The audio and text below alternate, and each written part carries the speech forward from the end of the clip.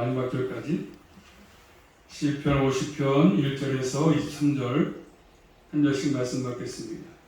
전능하신 자 하나님 여호와께서 말씀하사 해 돈 데서부터 지는 데까지 세상을 부르셨도다.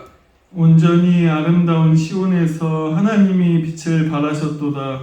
우리 하나님이 임하사 잠잠치 아니하시니 그 앞에는 불이 삼키고 그 사방에는 광풍이 불리로다. 하나님이 그 백성을 판단하시려고 윗하늘과 아래 땅을 반포하여 이르시되 나의 성도를 내 앞에 모으라. 고 제사로 나와 언약한 자니라 하시도다. 하늘이 그 공의를 선포하리니 하나님 그는 심판장이심이로다. 셀라. 내 백성아 들을지어다. 내가 말하리라. 이스라엘아 내가 네게 증거하리라. 나는 하나님 곧 네 하나님이로다. 내가 너의 재물을 인하여는 너를 책망치 아니하리니 내 번제가 항상 내 앞에 있음이로다. 내가 내 집에서 숫소나 내 우리에서 수염소를 취치 아니하리니 이는 사람님의 짐승들과 천산의 생축이 다 내 것이며 산의 새들도 나의 아는 것이며 들의 짐승도 내 것이미로다. 내가 가령 줄여도 내게 이르지 않을 것은 세계와 거기에 충만한 것이 내 것이미로다. 내가 숫소의 고기를 먹으며 염소의 피를 마시겠느냐? 감사로 하나님께 제사를 드리며 지극히 높으신 자에게 내 원을 갚으며 환난 날에 나를 부르라. 내가 너를 건지리니 네가 나를 영화롭게 하리로다.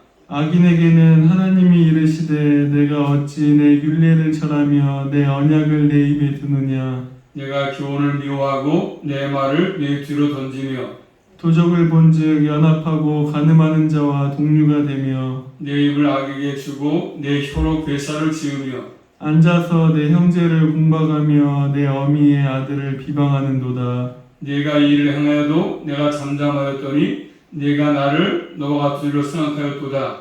내가 너를 책망하여 내 죄를 내 목전에 차례로 베풀리라 하시는도다. 하나님을 잃어버린 너희 이제 이를 생각하라. 그렇지 않으면 내가 너희를 찢으리니 건질 자 없으리라. 감사로 제사를 드리는 자가 나를 영화롭게 하나니 그 행위를 옳게 하는 자에게 내가 하나님의 구원을 보이리라. 아멘. 기도 올립니다. 하나님 감사합니다. 5월달 은혜 가운데 마감하게 하시고 또 6월달 첫째 주를 맞이하게 하신 아버지 감사합니다.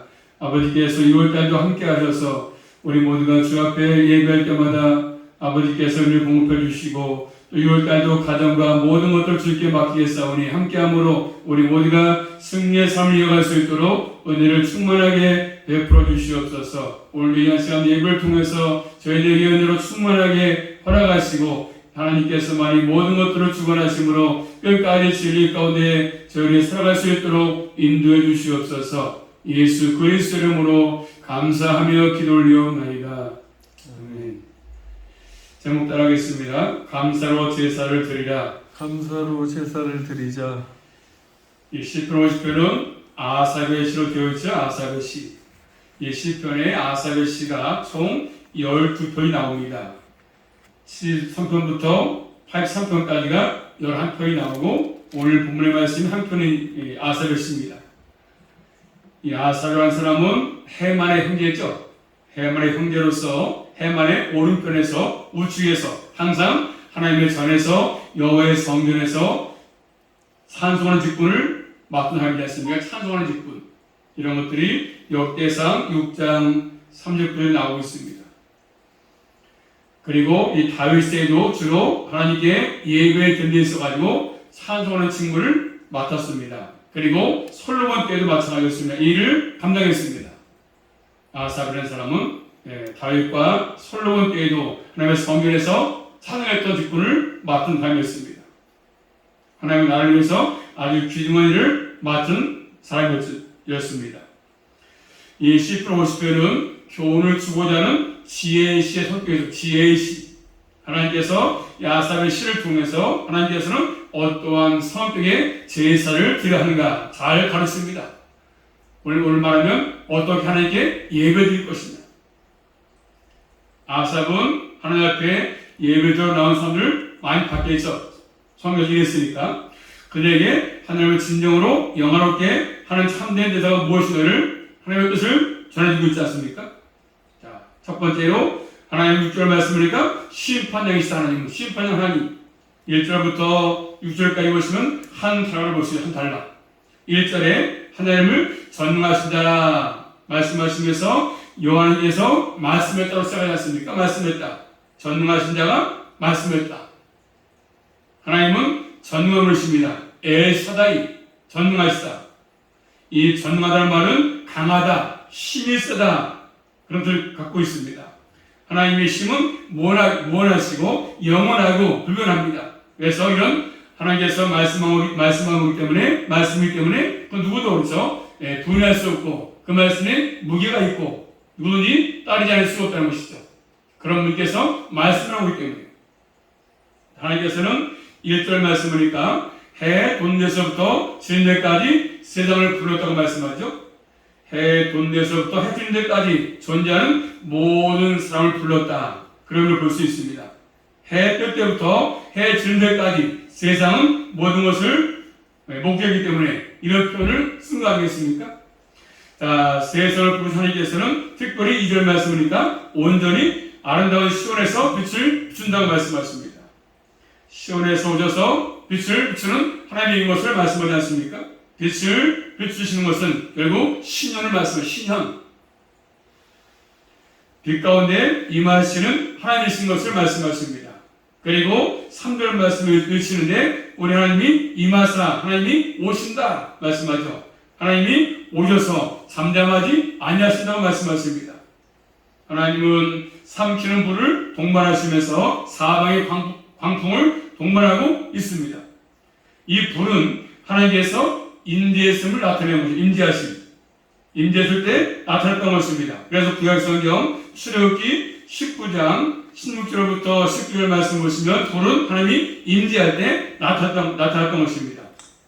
제3일 아침에 우레와 번개와 빽빽한 구름이 산 위에 있고 나팔 소리가 심히 크니 진중 모든 백성이 다 떨더라. 모세가 하나님을 맞으려고 백성을 거느리고 진에서 나오매 그들이 산기슭에 섰더니 시내산의 연기가 자욱하니 여호와께서 불 가운데서 거기 강림하심이라. 아멘. 물어서 하나님께서 불 가운데 강림했다 이렇게 말씀하지 않습니까?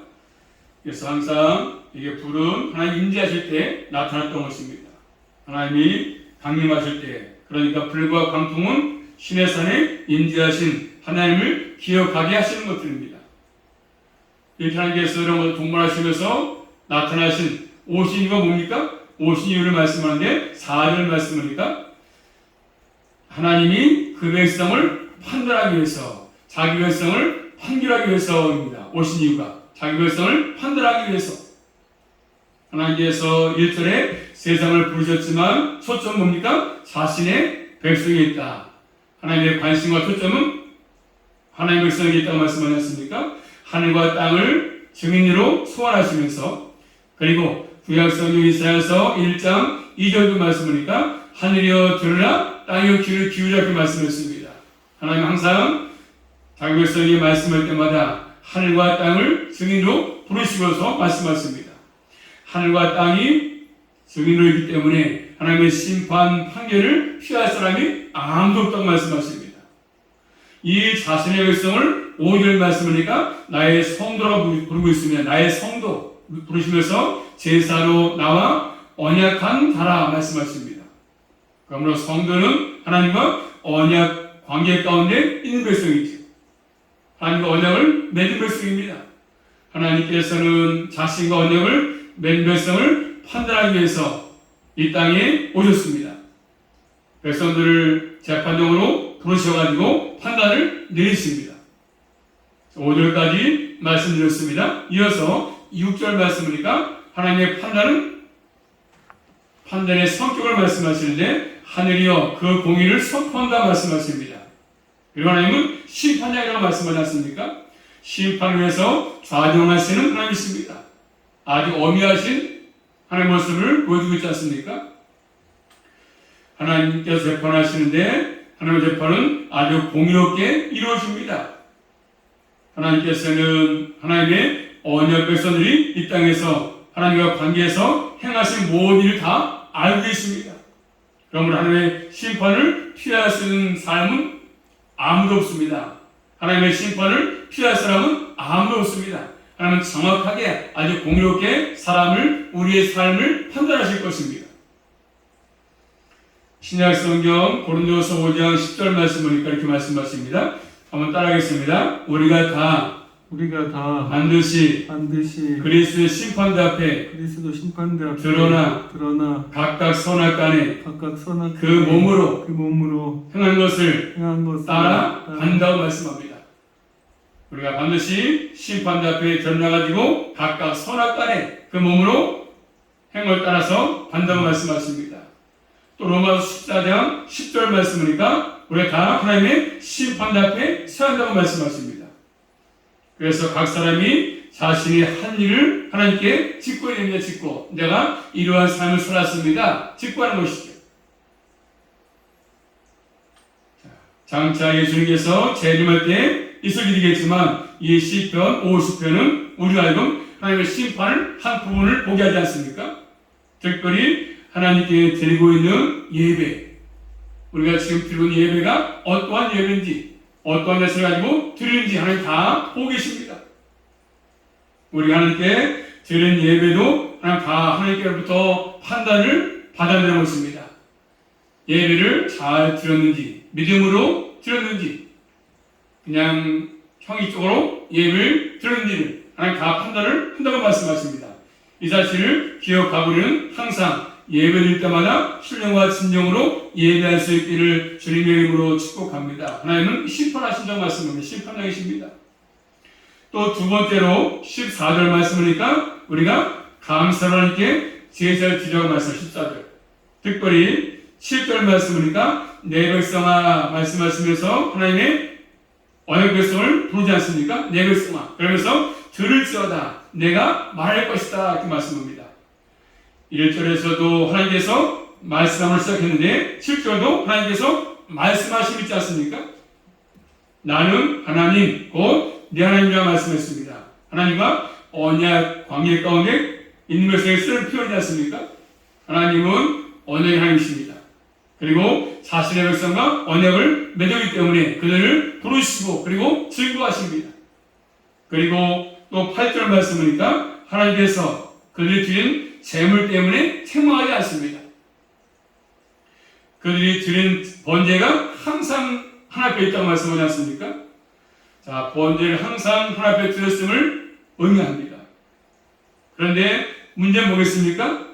그들이 재물을 드림으로써 내가 내 재물을 드렸으니까 내 할 일 다 했다 이런 것이지 않습니까?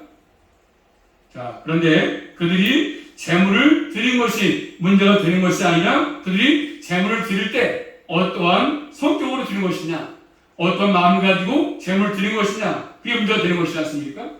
재물을 드렸지만 어떻게 재물을 드린 것이냐?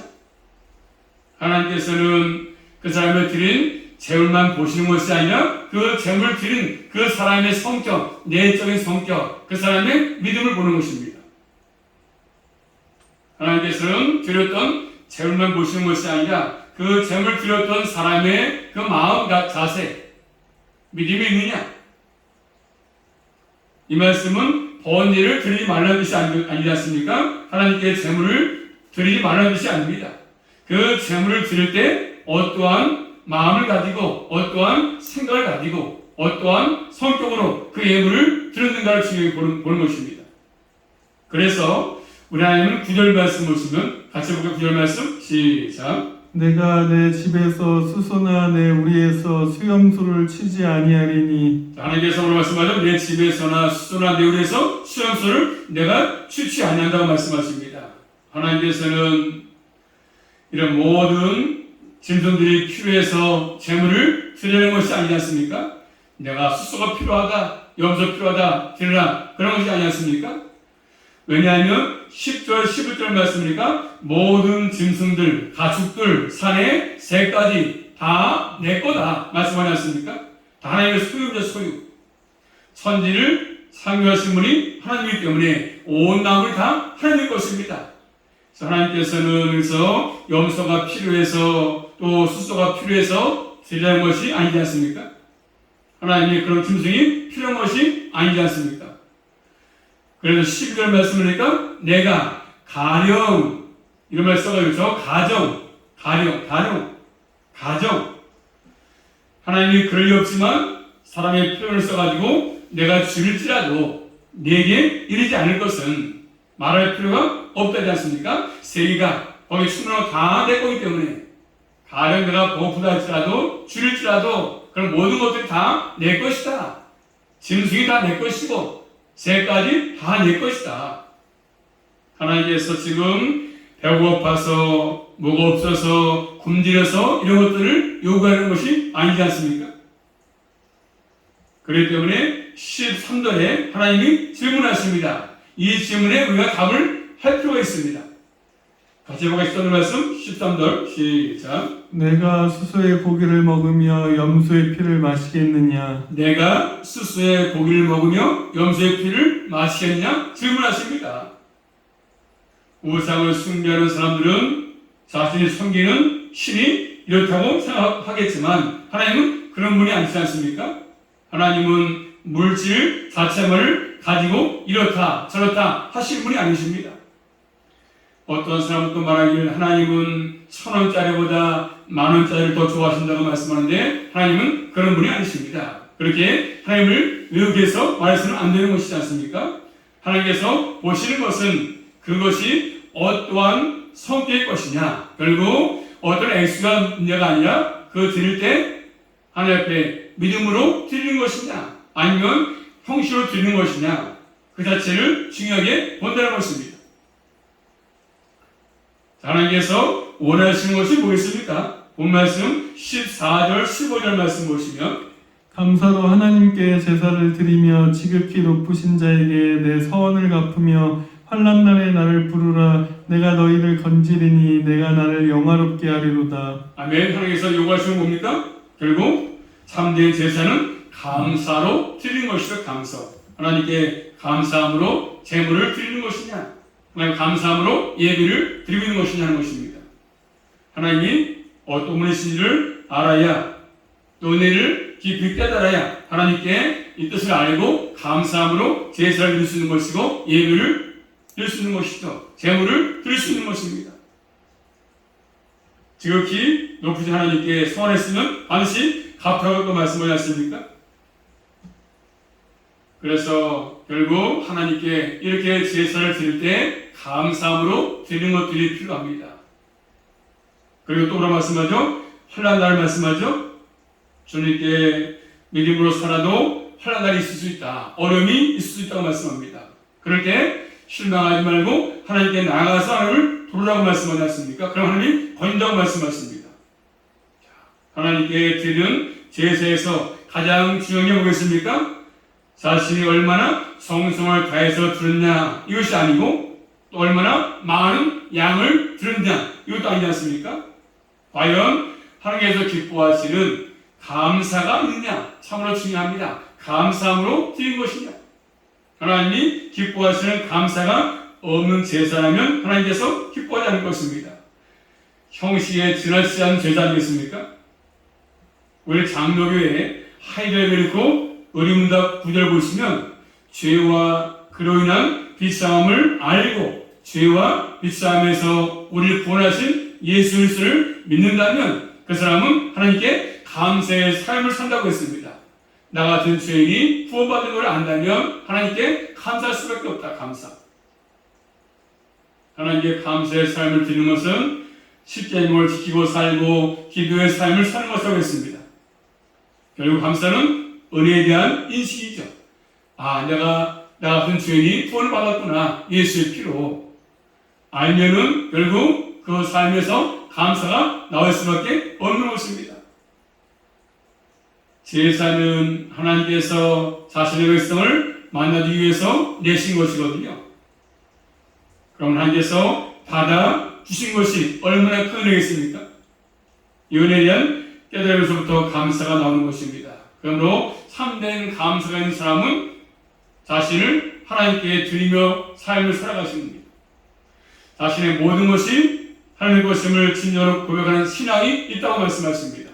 우리 모두는 은혜를 깊이 깨닫고 하나님 앞에 자신의 모든 것들을 주님께 인정하고 하나님께 헌신하는 삶을 살아갈 수 있기를, 또 진정으로 고백하는 삶을 살아갈 수 있기를 주님의 이름으로 축복합니다. 그럼 세 번째입니다. 본 말씀 20절 말씀이니까 생각하라 말씀하죠. 자, 16절부터 보시면 이제는 아기가 말씀하죠. 아기들에게 하나님 말씀하십니다. 1절과 7절에 이어서 하나님께서 말씀하신 가운데 말씀하심이, 자, 하나님의 언약 백성답게 살지 못한 사람에게 하시는 말씀입니다. 자, 그들에게 말씀하는데, 자, 16절 말씀 볼까요? 같이 16절 말씀 시작. 악인에게는 하나님이 이르시되 내가 어찌 내 율례를 전하며 내 언약을 내 입에 두느냐. 내가 어찌해서 내 율례를 전하며 내 언약을 입에 두겠냐고 말씀하십니다.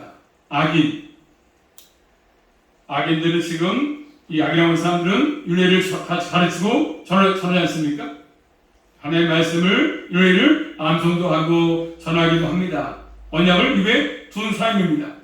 그렇지만 언약을 입에 두고 언약을 지킨다고 하지만 진정으로 하나님을 섬기는 사람이 아닌 것이죠. 그 증거가 17절 말씀 나오지 않습니까? 10절 말씀 시작. 내가 교훈을 미워하고 내 말을 내 뒤로 던지며. 자, 악인들은 율례를 전하고 입에 언약을 두고 있지만 교훈을 그들은 미워하지 않습니까? 주의 말씀을 내 뒤로 던진다고 말씀하십니다. 실제로 저 교훈을 미워하고 싫어하지 않습니까? 말씀을 뒤로 던져버립니다. 율법을 파괴합니다.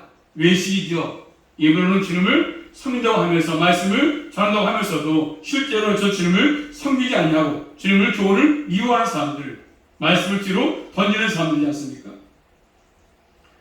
하나님의 언약을 입으로 얘기하지만 실제로는 뭡니까? 말씀에서 관심이 없습니다. 말씀에 관심이 없습니다. 예수님 당시에 바리새인들처럼 그들은 율법을 늘 입에 타고 살았습니다. 그렇지만 하나님의 계명을 폐기했습니다. 그 구체적인 증거를 18절부터 21절에 말씀합니다. 18절 말씀이니까 저희는 뭐요? 도둑질하고 가늠한 자들과 동료가 된다. 또 19절에 입은 악에게 쓰임받고 있고 혀는 거짓을 꾸미고 있습니다. 거짓 증거를 하지 않습니까? 또 20절 말씀이니까 앉아서 피나는 형제를 공박한다, 비방한다고 말씀합니다. 형제를 비방하고 헛웃습니다. 자, 십계명과 관계있지 않습니까? 하나님의 계명을 무시합니다. 입으로는 율례를 전하고 언약을 담고 있다고 말하지만 실제의 삶은 말씀을 뒤로 던져버리고 살아갑니다. 말씀과 관계되지 않은 삶을 살아가는 것이죠. 말씀을 떠난 삶, 배교의 삶을 사는 것입니다.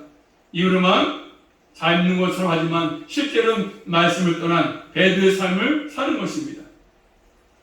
자, 하나님 그들에게 뭐라고 말씀하십니까? 21절 말씀 같이 볼까요? 21절 말씀 시작. 내가 이 일을 행하여도 내가 잠잠하였더니 내가 나를 너와 같은 줄로 생각하였도다. 그러나 내가 너를 책망하여 내 죄를 내 목전에 차례로 베풀리라 하시는도다. 아멘. 자, 내가 이 일을 행하여도 그들은요 이렇게 믿음의 삶을 살지 않았어도 입으로만 그렇게 했어도 내가 잠잠했더니 네가 나와 같은 줄로 생각한다고 말씀하지 않습니까?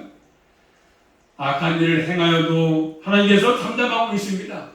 내가 잘못 살아도 믿음의 삶을 살지 않아도 하나님은 잠잠하셔. 아무 말도 안 하셔. 나에게 아무 일도 안 생겨. 3절에 말했던 잠잠하지 아니했다는 말씀과 비교가 되지 않습니까? 그랬더니 하나님이 그리고 같이 내가 잘못 살아도 아무 일이 안 생기네. 괜찮네. 내가 잘 샀나 보다. 나 지금 믿음으로 살고 있나 보다. 그렇게 생각하는 것입니다. 착각. 하나님 나를 인정하시나 보다. 그들은 하나님의 오래 참으심을 오해한 것이지 않습니까? 믿음으로 살지 않음에 불구하고 아무 일 없어. 하는 것도 잘 되고 문제도 안 생기고 그랬더니 괜찮나 보다. 내가 잘 살고 있나 보다. 그렇게 오해한다는 것이지 않습니까? 그러다 보니까 그들은 하나님을 두려운 마음이 없습니다. 찾는 경험이 없지 않습니까? 믿음으로 살지 않아도 말씀대로 살지 않아도 아무 일이 생기지 않으니까 하나님을 두려워하지 않습니다. 10절에서 주의를 범해도 아무리 안 생겨. 그러니까 괜찮은가 보다. 이렇게 여기는 것이죠. 하나님께서는 반드시 어떻습니까? 죄를 낱낱이 드러내시는 말씀하십니다. 6절에 말한 것처럼 하나님 공의로운 심판장이기 때문에 하나님은 반드시 판단하셔가지고 죄를 낱낱이 드러낸다고 말씀하십니다. 그러므로 하나님이 잠잠한다고 해서 자신들을 인정한다. 하나님이라고 말씀하지 않습니까? 하나님이 어떤 분이신지를 모르면 이게 이상한 것입니다. 아, 하나님은 그렇게 내가 잘못해도 가만히 계시는구나. 아무리 없구나. 하나님 앞에서 해서는 안 될 것들을 대담하게 하지 않습니까? 왜? 아무리 안 생기니까. 아무런 주님 말씀을 안 하시니까. 우리 모두는 하나님이 잠잠하시면 그 의미가 무엇인가 한 번쯤 생각해보는 필요합니다. 왜 하나님이 잠잠하실까? 내가 잘못 사는데, 믿음으로 살지 않는데 왜 일이 일어나지 않는가? 잘못된 것들이. 다시 하나님 말씀하죠. 22절 3절 다시 하나님 요구하신 것을 또 강조해서 말씀합니다. 같이 보면 22절 3절 말씀 시작. 하나님을 잊어버린 너희여 이제 이를 생각하라. 그렇지 않으면 내가 너희를 찌질이니 건질 자 없으리라. 감사로 제사를 드리는 자가 나를 영화롭게 하나니 그 행위를 옳게 하는 자에게 내가 하나님의 구원을 보이리라. 하나님을 뭐 했습니까? 잊어버렸습니다. 하나님을 잊어버렸어. 그렇죠. 그냥 두려움도 없이 그냥 삶을 사는 것이죠. 하나님을 잊어버린 채. 이게 그렇지만 너희 뭐야? 생각해봐라. 생각해라. 그렇지 않으면 내가 너를 찢을 것이다. 그러면 관리 자가 없다고 말씀합니다. 하나님을 잊어버렸습니다. 하나님께서 공의로 심판하시는 심판당이심을 잊어버렸다는 것이죠. 오늘의 말씀을 얘기하지만 실제로 말씀을 뒤로 던져버린 채 일상의 삶을 사는 것입니다. 그런 사람들에게 이제 이를 뭐요? 생각해봐라. 생각해라. 그냥 살아가지 말고 한번 생각해봐라. 왜 그런지. 1절과 7절과 16절의 말씀을 얘기했는데 말씀을 생각해보라. 하나님께 제사를 드리고 율법을 연구하고 가르치고 있는데 결국 참된 뜻이 뭔지를 생각해보라고 말씀합니다. 그래서 하나님께서 뭐요? 심판하겠다고 말씀하십니다. 참된 제사는 감사로 드리는 것입니다. 그것이 하나님을 영원롭게 한다고 말씀하지 않습니까? 형식적으로만 제사를 드리지 말고 형식적으로만 예배를 드리지 말고 정말로 믿음을 가지고 신령과 진리로 예배라고 말씀하십니다. 하나님께 참된 감사로 제사를 드린 사람은 하나님 앞에서 그 행위를 옳게 합니다. 그래서 18절 말씀부터 보면은 결국 하나님의 뜻을 거스르지 않고 다른 것들을 과감하게 버리고 이제는 입으로만 그치는 것이 아니라 그 삶으로 나타난다고 말씀하십니다. 우리 모두는 실제적으로 말씀대로 잘 살아서 참된 감사와 참된 예배자로 일생을 살아갈 수 있기를 주님의 이름으로 축복합니다. 기도합니다. 살아계신 아버지 하나님 감사합니다. 형식적으로만 아버지 예배한 자가 되지 않게 하시고 감사함으로 주 앞에 예배하게 하셔서 우리 모든 삶을 또 주님께 나타나게 하셔서 외식한 자가 되지 않게 하시고 신령과 진정으로 주 앞에 예배할 수만 있도록 믿음과 은혜로 함께 해주시고 우리 모든 삶에 또 예물을 드릴 때도 마찬가지입니다. 감사함으로 예물을 드리고 예배할 수 있도록 은혜를 베풀어 주시옵소서. 예수 그리스도 이름으로 감사하며 기도 올리옵나이다. 아멘.